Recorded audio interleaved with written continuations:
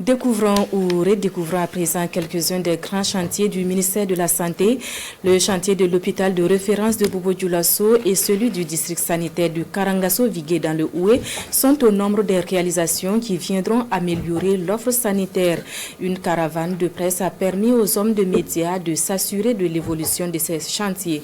Rasmane Zoundi et Chantal Ouedraogo.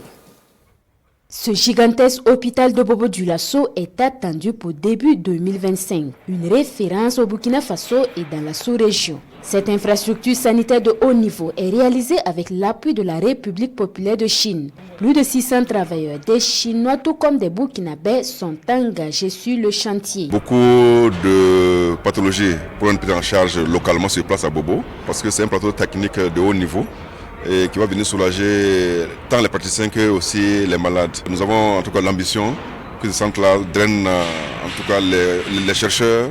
Bien sûr, nous aurons l'avantage d'avoir nos partenaires avec nous. Nous aurons une mission chinoise, médicale chinoise qui sera basée ici pour accompagner nos experts locaux. Conjointement, les expertises burkinabées et chinoises sont à l'œuvre pour livrer un ouvrage de haute qualité et à bonne date. Nous pouvons garantir qu'il y a la qualité qui est suivie de bout en bout. Et la preuve, c'est qu'il y a un œil des deux gouvernements pour suivre l'avancée et pour suivre les étapes.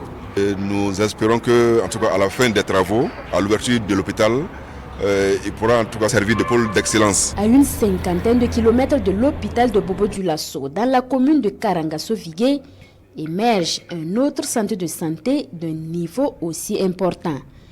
Un hôpital de district aussi spécialisé pour la prise en charge de nombreuses pathologies. La commune de Karangasso est un peu éloignée du centre hospitalier universitaire de Bobo.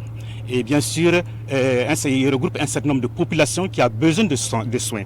Alors, l'offre sanitaire était plus ou moins absente, on ne dirait pas absent, mais insuffisamment et de qualité. Donc, en construisant cet hôpital, bien sûr, on va donner une offre sanitaire plus élaborée, plus technique, en tout cas à la population. Le total des investissements pour ces deux infrastructures majeures dans la zone ouest du Burkina s'élève à plus de 63 milliards de francs CFA. À noter que le plus grand hôpital de Bobo-Dioulasso sera réalisé et entièrement équipé par un financement de la République populaire de Chine.